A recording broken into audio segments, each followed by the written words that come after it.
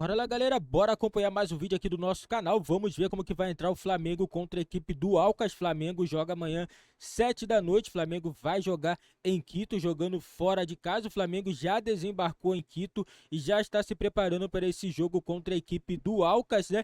Lembrando, né, o Vitor Pereira barrou de divulgar, né, a lista de relacionados para essa partida contra o Alcas, né? O técnico Vitor Pereira está tentando evitar um possível vazamento da equipe titular do Flamengo. Até os treinamentos também não está sendo vazado, né? Porque nos últimos jogos o Flamengo tem sido, né, divulgado aí para a mídia a escalação do Flamengo. Então tem alguém de dentro do Flamengo passando as informações aí dos jogos, né? Isso tem preocupado muito o time do Flamengo e também atrapalha também, né, o vazamento antecipado da escalação do time. E vamos acompanhar aqui, galera, mais um programa Sport Center do ESPN falando tudo sobre o Flamengo e a equipe do Alcas, né? O Flamengo jogando aí na Libertadores, jogando na altitude. Ainda temos ainda algumas indefinições de qual será o time titular do Flamengo, né? Gabigol e Pedro, os dois jogadores agora brigando aí praticamente para jogar no ataque, né? Já que Gabigol quer voltar a ser um camisa 9, né? Centroavante do Flamengo. E coloca nos comentários a opinião de vocês também sobre Gabigol voltar a ser centroavante, galera. E vamos acompanhar aqui mais um vídeo do Sport Center. Vou deixar o link na descrição. Cresce Direitos Autorais e ESPN do Grupo Disney. Se tirando da sua função mais eficiente, pode ter custado a ele a Copa do Mundo. Eu não acho que o Gabriel iria à Copa do Mundo, porque os olhares que o Tite teve sobre o Gabriel nos instantes em que ele teve na seleção não foram tão animadores. Mas, a partir do instante em que o Gabriel deixa de ser o centroavante, abre espaço para o Pedro arrebenta como centroavante, e a seleção buscava um centroavante, essa ajuda do Gabriel, na visão dele, o afastou da Copa do Mundo. Então ele fez essa ajuda, o Flamengo venceu com essa ajuda. Na visão dele, no atual momento, onde o time está mais bagunçado, se ele continuar nesse papel, ele vai aparecer menos ainda. E aí, para ele, é menos interessante estar nesse lugar agora, com um time mais desarrumado. Então, ou o time se ajeita para funcionar melhor Pedro e Gabriel, o que nesse momento me parece que não é o que ele entende, ou ele se coloca na briga por uma vaga com o Pedro, o que é corajoso da parte dele, porque ele está brigando agora, se colocando na briga agora, com o cara que é, junto com o Ayrton Lucas, o melhor jogador do time na temporada. E aí o Vitor Pereira fala, uma conversa frontal, etc e tal, e tá tudo certo. Mas a partir do instante em que o Gabriel se coloca como rival do Pedro na briga pela camisa 9, hoje ele sai atrás. Né? Hoje ele sai atrás porque o Pedro não vai sair do time. Eu até acho que para amanhã ele vai jogar. Até imagino que né, se o Vitor Pereira resolver atender o desejo do Gabriel, ele deve ir com o Gabriel amanhã, segurar o Pedro para o jogo do final de semana contra o Fluminense. Mas é uma decisão corajosa do Gabriel e que, de certa forma, também expõe os problemas do Flamengo atual, né? Porque se tudo tivesse funcionando muito bem coletivamente, ele veria menos problemas em ser o Gabriel o segundo atacante do que ele vê hoje. Isso é porque o Flamengo também não está muito bem arrumado. Agora, para vocês aí no estúdio, né, fica a pergunta: pode se tornar uma disputa saudável entre Pedro e Gabigol? Isso pode trazer problemas futuros, principalmente para o Vitor Pereira depois dessa escolha. Fica com a gente aqui no debate, porque a gente vai trocando. Eu quero ouvir o Marra e o Eugênio respondendo essa questão. Mas, Bruno, a gente estava até conversando aqui em off, ouvindo, né, atentamente ali a resposta. Para não interpretar também o Gabriel de uma forma como se ele tivesse colocado ou eu ou ele, né? Não é assim, ou um ou... Pelo menos eu fiquei com essa interpretação, assim. Não como é que ele fala assim, trouxe a Lili também. Isso, só cabe só um centroavante, só eu e não o Pedro. Tanto que na sequência da resposta ele fala assim, ele preferiu usar esse esquema com o Pedro. No segundo tempo ele mudou o esquema e aí nós jogamos juntos. Então eu fiquei com a sensação que ele não se importa em jogar com o Pedro. Mas aí é um esquema diferente do que acho que o Vitor Pereira idealiza, né? Eu fiquei nessa dúvida também, assim, de exatamente qual era a intenção dele. Primeiro, não Gabigol e Pedro, a gente não está falando de dois centroavantes novão, sabe, assim, daqueles centroavantes de 2 metros, pouca mobilidade e que estão lá para buscar aquela única bola que vai na área de vez em quando. São dois jogadores de muita qualidade técnica, são dois jogadores que são goleadores e são dois jogadores de mais movimentação. Entre os dois, o Gabigol se movimenta mais, mas aqui o Zupac já destacou.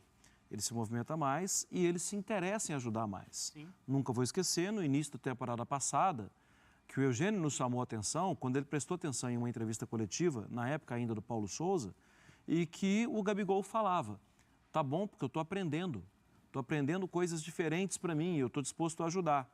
E isso tudo só encontra eco quando a gente ouve ainda a apuração do Zupac. Ele estava muito disposto a ajudar. Ah, então agora ele não quer ajudar mais? Não, não é isso. Agora ele acha que eu quero ser aproveitado no que eu sei fazer.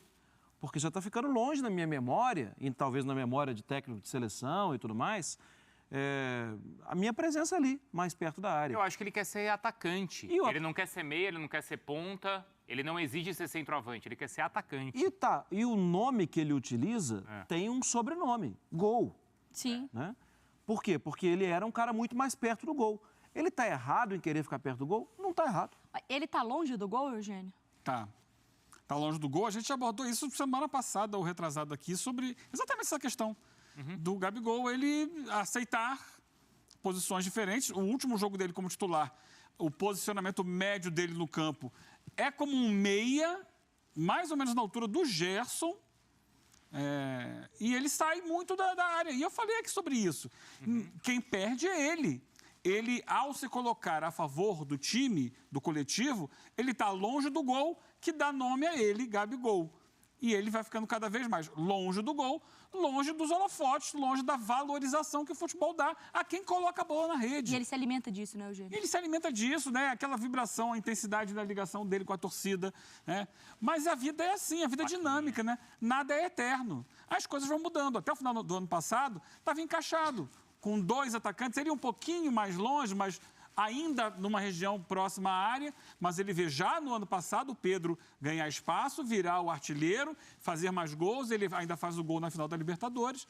Só que para ele isso é ruim, para a carreira dele. Então ele deu muito para o Flamengo, ele se dedicou, ele abriu mão de muita coisa, chega um momento que ele pensa nele.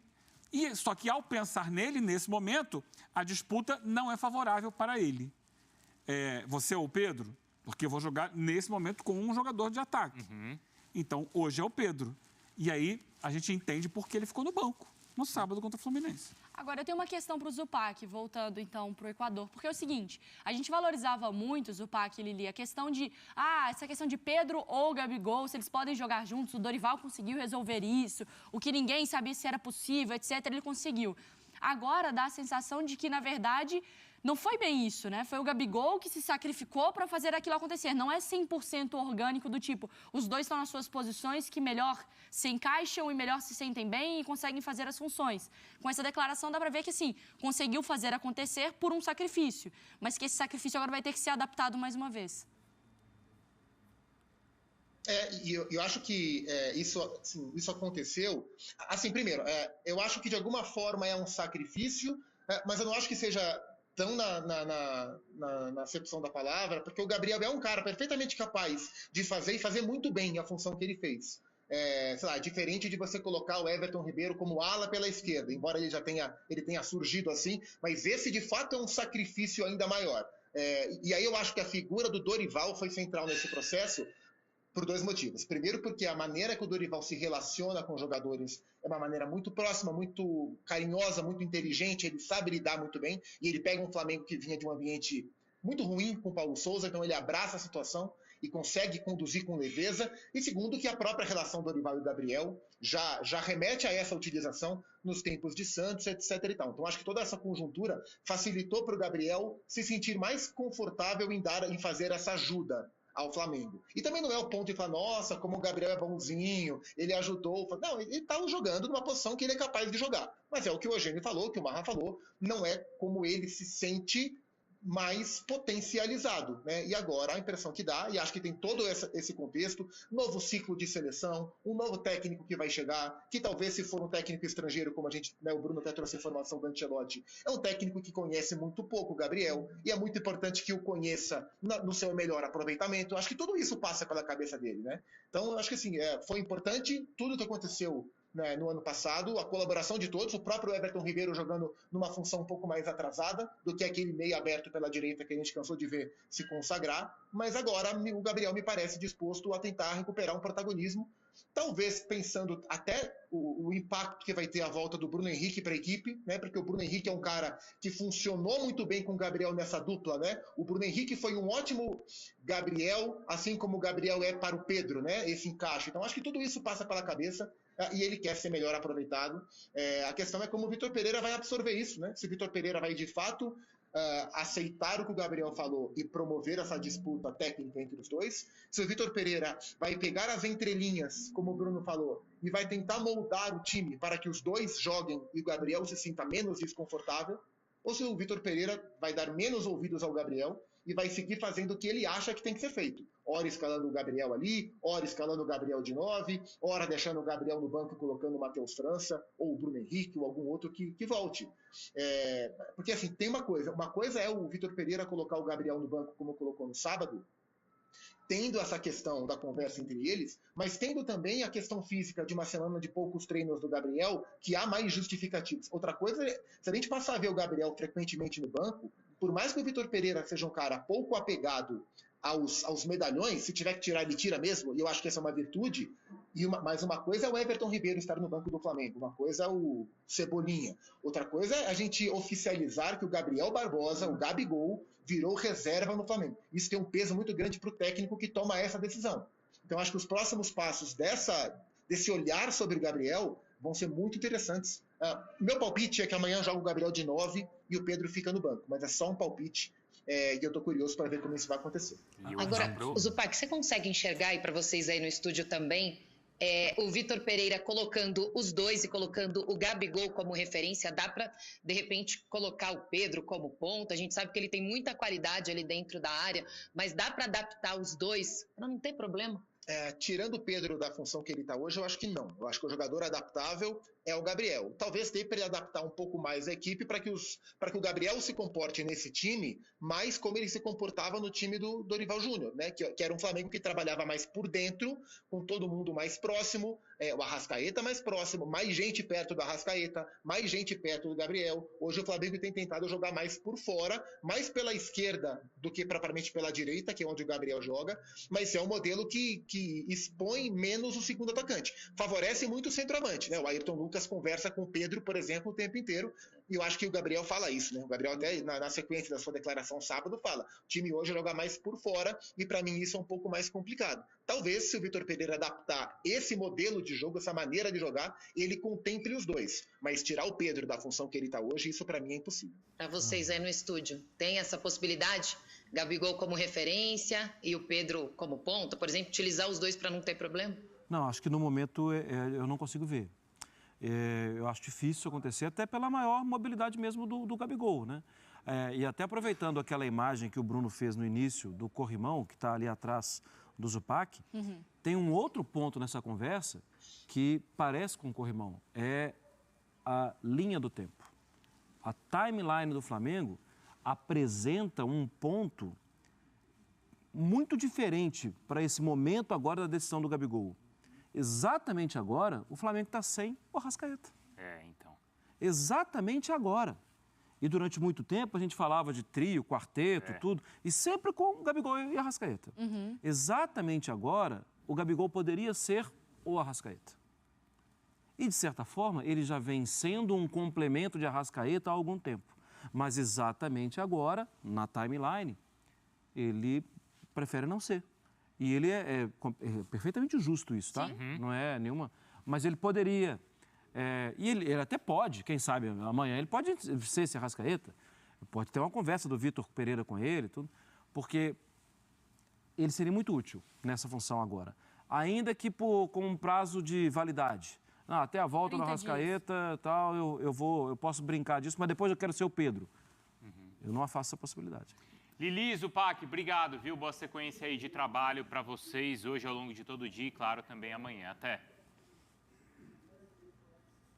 Até, gente. Tchau, tchau. Daqui a pouquinho a gente está no treino. Só lembrando que o Thiago Maia não veio com uma virose, então é uma virose que tirou o Thiago do jogo. Tendência é Arturo Vidal e Gerson como volantes. Perfeito, perfeito. Só para a gente fechar as informações. Bora para palpites também, que é isso É, galera, é isso aí. O Flamengo deve entrar em campo aí sem o Thiago Maia, né? Como foi dito agora, o Thiago Maia com uma virose, né? Provavelmente teremos aí o Vidal e o Gerson, dois jogadores lentos, né?